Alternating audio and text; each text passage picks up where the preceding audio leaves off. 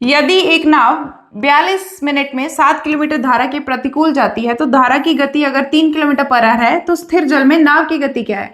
तो हम यहाँ पे क्या करेंगे, जो हमारा पानी है उसकी स्पीड एक्स वाई मानेंगे और जो नाव है यहाँ पे उसकी स्पीड मान लेंगे एक्स। तो पूछा क्या है कि स्थिर जल में नाव की गति क्या है। तो सबसे पहले क्या दिया है, एक नाव जो है धारा के प्रतिकूल मतलब पानी अगर इस साइड को जा रहा है तो नाव इस साइड को जा रही है, तो 42 मिनट में 7 किलोमीटर कवर कर लेता है। 42 मिनट में 7 किलोमीटर कवर कर लेती है, ठीक है। तो देखते हैं कि 1 घंटे में कितना जाती है, क्योंकि स्पीड जो होती है किलोमीटर पर आवर होती है, मतलब 1 घंटे में वो कितना जाएगी। 1 घंटे का क्या मतलब है, 60 मिनट। अगर 42 मिनट में 7 किलोमीटर जा रही है तो 1 मिनट में कितना जाएगी, 7/42। और हमें क्या निकालना है, 60 मिनट में कितना जाएगी, तो यहाँ पे क्या लगाएंगे, मल्टीप्लाई बाय 60। 7 6 के 42 और ये 10। मतलब यहाँ पर जो हमारी अप स्ट्रीम स्पीड है, धारा के प्रतिकूल स्पीड है, वो क्या होती है, x माइनस वाई होती है। और वो कितनी आ गई, 10 आ गई।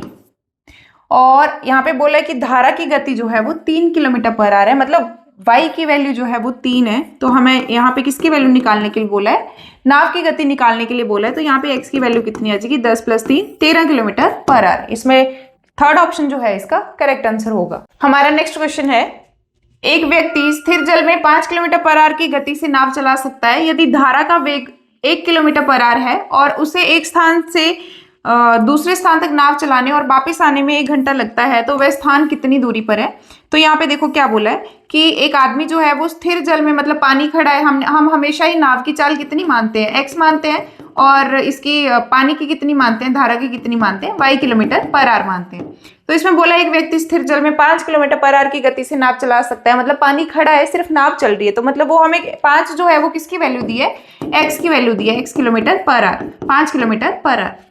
और आगे क्या बोला है, यदि धारा का वेग 1 किलोमीटर पर आवर है, तो देखो पानी की चाल भी हमें दी हुई है 1 किलोमीटर पर आवर। तो पूछ रहा है कि उसे एक स्थान तक नाव चलाने और वापस आने में 1 घंटा लगता है, मतलब अगर वो यहाँ तक जाएगा और फिर वापस भी आ जाएगा तो उसको टोटल टाइम कितना लगेगा, 1 घंटा लगेगा। तो वह स्थान कितनी दूरी पर है, मतलब यहाँ से लेके यहाँ तक का डिस्टेंस पूछा हुआ है। तो डिस्टेंस को d मान लेते हैं। तो देखो जब धारा के साथ साथ जाएगा तो हमें जाने का टाइम प्लस आने का टाइम दिया है 1 घंटा। तो हम क्या करेंगे, जाने का टाइम प्लस आने का टाइम किसके इक्वल लिख देंगे, 1 घंटे के इक्वल लिख देंगे। और जाने का टाइम क्या होगा, दूरी बटा चाल। तो दूरी कितनी है, d। और जब नीचे को जाएगा, मतलब डाउन स्ट्रीम जाएगा धारा के साथ साथ, तो चाल क्या होती है, नाव की चाल प्लस धारा की चाल, 6 किलोमीटर पर आवर, यहाँ पे 6 लिखेंगे।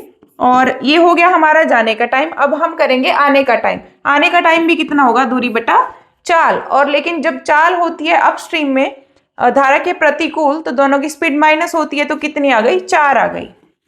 यहाँ पे एलसीएम लेंगे 12 आएगा, ये 2d + 3d आ जाएंगे और इज इक्वल टू 1 आ गया। यहाँ पे 5d = 12, then d is equal to 12/5, 2.4 kilometres. तो इसमें फर्स्ट ऑप्शन जो है हमारा करेक्ट आंसर होगा। हमारा नेक्स्ट क्वेश्चन है, एक व्यक्ति धारा के अनुकूल 32 किलोमीटर और धारा के प्रतिकूल 14 किलोमीटर नाव चलाता है। तो देखो क्या बोला है कि जब धारा के साथ साथ जाएगा तो कितने किलोमीटर नाव चलाएगा, वो 32 किलोमीटर चलाएगा। लेकिन जब वो धारा के प्रतिकूल जाएगा तो सिर्फ कितनी नाव चलाएगा, वो 14 किलोमीटर तक ही अपनी नाव चलाएगा। तो उसे प्रत्येक दूरी तय करने में 6 घंटे लगते हैं, मतलब धारा के साथ साथ 32 किलोमीटर कवर करने में भी 6 घंटे और धारा के प्रतिकूल 14 किलोमीटर कवर करने में भी 6 घंटे लगेंगे। अब देखो उसने पूछा है कि धारा का वेग, मतलब धारा की स्पीड ऑफ स्ट्रीम कितनी है। तो मैंने आपको क्या बताया था, डाउन स्ट्रीम मतलब धारा के अनुकूल वाली जो चाल होगी प्लस धारा के प्रतिकूल वाली जो चाल होगी अपस्ट्रीम वाली, और डिवाइडेड बाय 2 करेंगे। ये किसके लिए, प्लस किसके लिए लगता है, शांत जल में नाव की चाल। लेकिन यहाँ पे क्या पूछा हुआ है, धारा का वेग पूछा है, मतलब धारा की चाल पूछी है, तो यहाँ पे क्या लगता है, माइनस लगता है। अब देखो धारा के अनुकूल हमें चाल निकालनी पड़ेगी। पहले हमें दूरी दी है और टाइम दिया है, तो दूरी बटा समय जो होता है वो चाल होती है। तो कितना आ गया, 32/6। तो 32/6 ये डाउन स्ट्रीम स्पीड आ गई, धारा के अनुकूल वाली चाल आ गई, और प्रतिकूल वाली कितनी आ जाएगी, 14/6। दोनों को करेंगे माइनस। अब जो भी आंसर आएगा उसको क्या करना है, डिवाइडेड बाय 2 करना है। अब देखो ये एलसीएम आ गया 6 और ये 32 - 14 18, 18/6 कितना हो गया, 3। अभी इसको क्या करना है, मैंने सिर्फ ये किया है, ये पार्ट किया है अभी इसको डिवाइडेड बाय 2 करना है। तो इसका आंसर कितना आ जाएगा, 1.5। 1.5 मतलब 1 × 1/2। तो इसमें फर्स्ट ऑप्शन जो है इसका करेक्ट आंसर होगा। हमारा नेक्स्ट क्वेश्चन है, एक व्यक्ति की धारा के साथ गति 15 किलोमीटर पर आवर है और धारा की गति 2.5 किलोमीटर पर आवर है, तो धारा के विपरीत व्यक्ति की गति क्या है? तो धारा के साथ मतलब पानी भी इस साइड को जा रहा है, आदमी भी इस साइड को जा रहा है, तो स्पीड कितनी हो जाती है? ये एक्स होता है। पानी या फिर देखो इसमें जो भी आदमी दिया होगा या नाव दिया होगा उसकी स्पीड हम हमेशा x किलोमीटर पर आवर मानेंगे और जो पानी होगा उसको y किलोमीटर पर आवर मानेंगे। तो धारा के साथ साथ का क्या मतलब है? दोनों एक ही तरफ जा रहे हैं तो स्पीड क्या हो जाती है? प्लस हो जाती है। तो उनकी स्पीड दी है 15 किलोमीटर पर आवर। और क्या बोला है कि धारा की गति 2.5 किलोमीटर पर आवर है, तो मतलब y की वैल्यू हमें दी है 2.5। तो यहाँ से x की वैल्यू कितनी आ जाएगी? 15 माइनस 2.5 कितने हो गए? 12.5। मतलब यहाँ पे हमारे पास नाव की गति आ गई है। तो पूछा है कि धारा के विपरीत व्यक्ति की गति क्या है? तो धारा के विपरीत वाली जो स्पीड होती है वो कितनी होती है? x माइनस वाई होती है। हमारे पास अब यहाँ पे x की वैल्यू भी है और यहाँ पे y की वैल्यू भी है। तो 12.5 में से 2.5 माइनस करेंगे तो कितना आंसर आ जाएगा? 10 kilometre per hour. Third option is the correct answer. अगला क्वेश्चन लेते हैं। यदि एक व्यक्ति स्थिर जल में 5 किलोमीटर पर आवर की गति से नाव चलाता है और धारा के विपरीत उसकी गति 3.5 किलोमीटर पर आवर है, तो धारा के साथ व्यक्ति की गति क्या है? तो देखो जिस क्वेश्चन में हमें ये पता लग जाता ना कि दिया क्या है और निकालना क्या है, फिर क्वेश्चन समझ आ जाता है और जल्दी निकल भी जाता है। तो सबसे पहले देखते हैं कि व्यक्ति स्थिर जल में 5 किलोमीटर की चाल से चलता है। तो मैंने क्या बोला है कि जो पानी होगा उसकी स्पीड हमेशा वाई, जो यहाँ पे व्यक्ति होगा या नाव होगी उसकी स्पीड हमने कितनी माननी है? x किलोमीटर पर आवर माननी है।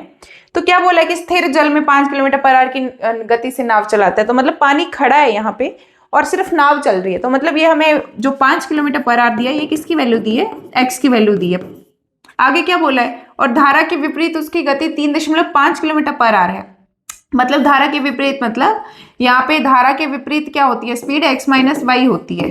दोनों की स्पीड माइनस होती है क्योंकि पानी उस साइड को जा रहा है, नाव इस साइड को आ रहा है, तो फिर दोनों की स्पीड माइनस करके लिखते हैं। और कितना दी है? 3.5 दी हुई है। यहाँ पे आगे धारा के साथ व्यक्ति की गति कितनी है? धारा के साथ साथ व्यक्ति की गति भी बतानी है, वो कितनी होगी? मतलब हमें क्या पूछा है? x प्लस वाई की वैल्यू पूछी है। तो यहाँ से हम x की वैल्यू पुट कर लेंगे, 5 है, और y की वैल्यू यहाँ से कितनी आ जाएगी? माइनस का y, 5 वहाँ माइनस करेगा तो माइनस का 1.5 बचेगा, माइनस माइनस कैंसिल हो गया।